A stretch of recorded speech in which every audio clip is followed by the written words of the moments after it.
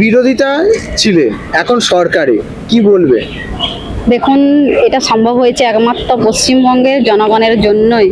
কারণ পশ্চিমবঙ্গের জনগণ চেয়েছিলেন, আমার সালতোড়া বিধানসভার মানুষ চেয়েছিলেন, তার জন্যই আমরা আজকে এই শাসক দলে আসতে পেরেছি। এবং শাসক দলে থাকাকালীন আমরা আমাদের পশ্চিমবঙ্গের যা কিছু প্রয়োজন, প্রত্যেকটি মানুষের সুযোগ সুবিধা থেকে শুরু করে এলাকা উন্নয়ন সব কিছু মানে কাজ করার জন্য আমরা বদ্ধপরিকর, এবং ওনারা সেজন্যই আমাদেরকে আশীর্বাদ দিয়ে পাঠিয়েছেন। খুবই ভালো লাগছে, প্রত্যেকটি মানুষকে আমার নতমস্তকে প্রণাম যে ওনারা পাল্টাতে চেয়েছিলেন এবং পাল্টে গেছে, বিজেপি সরকার চলে এসেছে। কি এমন কাজ যেটা করতে আশা ছিল কিন্তু বিরোধিতার জন্য তুমি করতে পারো না? দেখুন, ইচ্ছা তো অনেক কিছুই ছিল। শাসক দলের যারা ছিলেন আমাদেরকে তো প্রথমত প্রশ্নই করতে দিতেন না, প্রশ্ন বেশি করতে গেলে আমাদের সুইচ অফ করে দেওয়া হতো।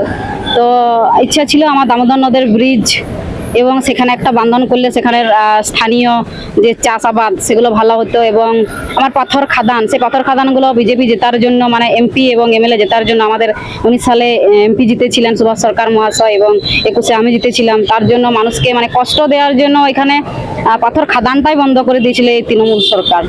তো সেই পাথর খাদান চালু করার ইচ্ছে ছিল কিন্তু করতে পারেননি। শাসক দলের নেতারা বারবার গেছেন, প্রতিশ্রুতি দিয়েছেন কিন্তু কোনো কাজ করেননি। তো এবার সুযোগ পেয়েছি, মানুষের কাজ করব, যেটার জন্য মানুষ আশীর্বাদ করেছেন, সেই কাজ আমরা করে যাব।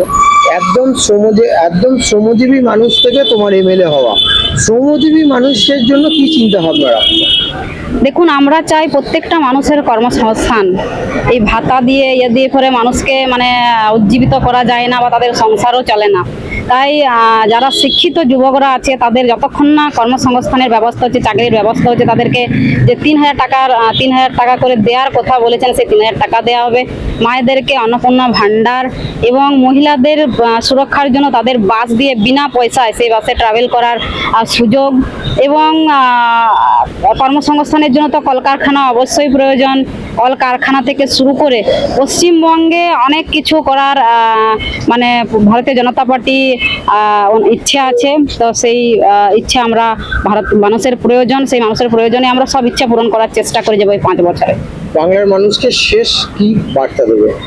বাংলার মানুষকে একটাই কথা বলতে চাই যে আপনারা আশীর্বাদ করেছেন, আমাদেরকে আশীর্বাদ করে এতটা মানে যেটা আমরা স্বপ্নেও ভাবিনি সেই জয় নিয়ে মানুষ আমাদের যে যারা এমএলএ হয়েছি আজকে আমরা যারা শপথ নিলাম, গতকাল যারা নিয়েছেন, প্রত্যেককে আপনারা আশীর্বাদ করেছেন এবং আপনাদের আশীর্বাদের ফলে আপনারা চেয়েছিলেন যে পশ্চিমবঙ্গে একটা পরিবর্তন হোক, পরিবর্তন হয়েছে।